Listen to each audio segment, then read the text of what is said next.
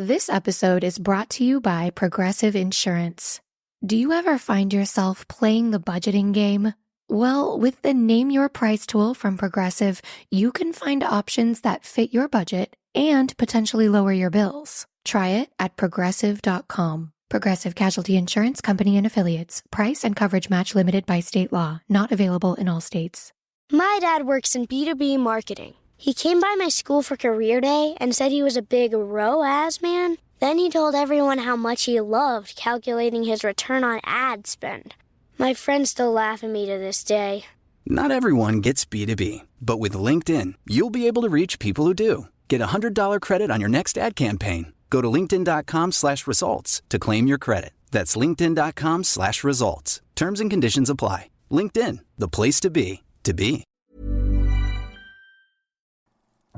Hello, I'm Josh Hallam. Welcome back to another Just Films and That New Release review. I hope you're doing well. Thanks very much for listening. Whilst I've got your attention, if you could head on over to whatever app or website or whatever you're listening to this on, give us a 5-star rating and review.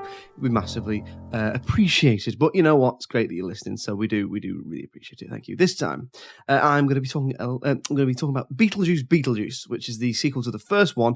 I can't say the name of that, of course, because then it'd be 3 times, and I don't have time to deal with that. But I'll try and keep this as spoilers-free as possible. I may touch on things that are featured in promo material and trailers and things like that. So if you don't want to know anything at all, then do give this a listen after you've seen it. And I should say, there'll probably be spoilers for the first film as well, although you've had, like 30 odd years to see that. So, that's on you really, I think. In terms of the plot, well, we find ourselves 30 years plus after the first film. Lydia Dietz, who's Winona Ryder's character, is now a TV sort of ghost medium type character. She finds herself having similar troubles that her own stepmother had with her in the first one, with her own daughter played by Jenna Ortega, who's a character called Astrid. A family event means that Lydia and Astrid have to go back to their family home in Winter River, which is the little town from the first one, along with Catherine O'Hara's Delia, who is Winona Ryder's stepmother, and Astrid's grandmother in this, as well as Lydia's slimy new partner manager, played by Justin Theroux, called Rory. At the same time, Lydia finds herself having visions and dreams of Michael Keaton's Beetlejuice, which seems to suggest that their connection from the first film is not actually as over or as severed as she thought it was, and she might, in fact, need to help him with a little problem of his own. But let's get stuck in. So, I had a lot of fun with this. I went in with some trepidation, some cynicism, I think. I thought this was going to be, a retread, or a cash grab, or, something along those lines. But actually, you know what? It was really nice to be back in this world, and I think great efforts have been taken to try and give us the same feeling, try and capture everything from the first one that is special, that is good. And that, I think a big part of that is how it looks and how it feels. It is quite out there in terms of its depiction of the afterlife and how that works and how ghosts work and all that sort of stuff. It's very almost unique in that, and I think they've done well in this one to capture that again, by which, it looks great. So obviously every returning character is now older, so they do look different, but they feel like they've developed and aged in this world as you'd expect. So rather than just being frozen in time for the first film, then they do feel like they've grown and changed as characters. Obviously Lydia's older; she's not a teenager anymore. Catherine O'Hara's Delia is like she is dramatic, but she's almost less dramatic, and they've got a better relationship, that sort of thing. Obviously, Beetlejuice as a character hasn't really changed, but that's almost the point of him as a character. So it's almost like a more polished version of the original, really, where they've taken everything that's good, but inserted, what's good about modern filmmaking and what's good about the increased profile of those involved. And if you think about the time since the first one, and they've improved on it whilst they could as well. I still think the first one's better, but what I mean is that the techniques and stuff like that. So you get everything that's good about the first one in terms of the way it feels. And in terms of, I was going into this worried about, the fact that now CGI is so much more prominently used, and that has been used in a lot of more recent Tim Burton films, although this is his first film for 5 years. But it didn't actually have that in it, so it still keeps that shonky and cartoony feel of the first one. So the stop motion stuff is still in there, and that might be CGI, but it doesn't feel like it's CGI. You don't get the impression that it's a big green tennis ball or that everyone's on a projection screen or anything like that. So it's still got that practical effects in there as well, in terms of the way everyone looks at as if they died and the makeup and stuff like that. So I would say that in terms of this and the way it looks, it's pretty unashamedly 100% unfiltered Burton. So if you like that, if you like Tim Burton, if you like the look of his films like Beetlejuice and Batman and things like that, the early films he did, then I'd say this is Burton back to his best. And if you like that, then you'll like this. So the cast are great as well. As I say, the returning characters do feel like they've tangibly grown since the first one. And I don't think it should go unsaid that, Catherine O'Hara and Winona Ryder do a great job as those characters and that they work really well together, because it can't be easy to play a character in the late 80s and play a character now and capture that feeling that this is indeed the same person. Michael Keaton's good as well, so obviously he's excellent as Beetlejuice.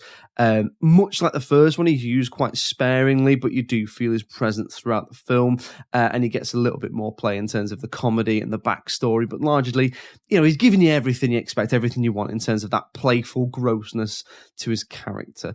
The new additions are excellent as well. So they're the characters that really show that this world's expanded and changed since the first one, because obviously one of them is Lydia's daughter, so that's Jenna Ortega. And she's in there cementing her crown as the new Winona Ryder or the new Christina Ricci. But she feels a little bit more real than Lydia did in the first one. I think that's probably because it's a very 2024 interpretation of that kind of character, which I thought made her feel a little bit more grounded, a little bit more real than Lydia in the first one. But also a lot more likable as well, so I thought she was a really, really great addition.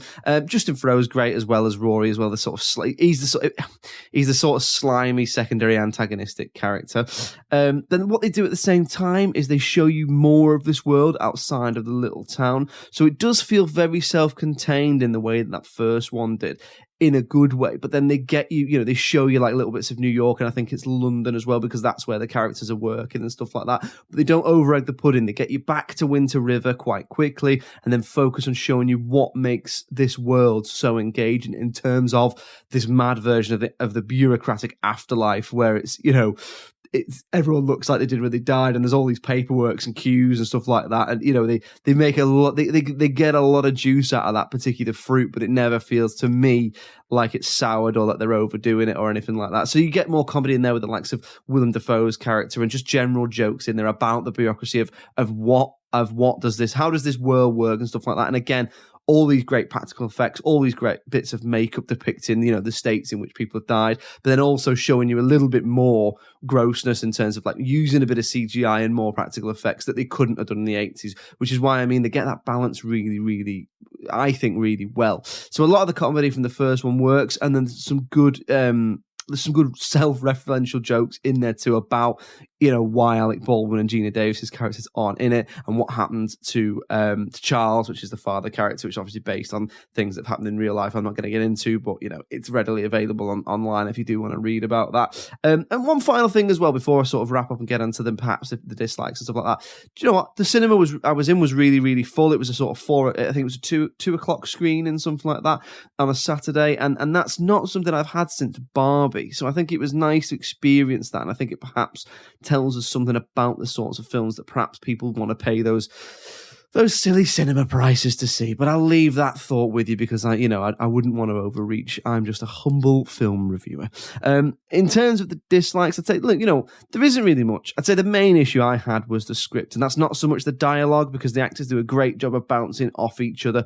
But moreover, the film felt a little bit narratively muddy, a little bit narratively weak for me in places, in terms of a lot of plot convenience and a lot of plot conveniences and contrivances, and just general elements of the plot that I won't go into because of spoilers, but they just, certain storylines, certain character arcs just felt pointless, and the whole thing smelt to me a little bit of like a lot of people have had a crack at writing this over the last few decades, and from what I've read about the film, that does seem to be the case, and it did show a little bit, but was very much carried by the strength of that cast. So, as I say, plenty of good stuff that outweighed that, and I found myself having a lot of fun for the most part. Definitely one I'll be adding to the Halloween rotation in future, along with the first one. So, as ever, this is my opinion. So if you're interested in this sort of thing, get out there, give it a watch, and make up your own mind. Thanks very much for listening. I'll see you then.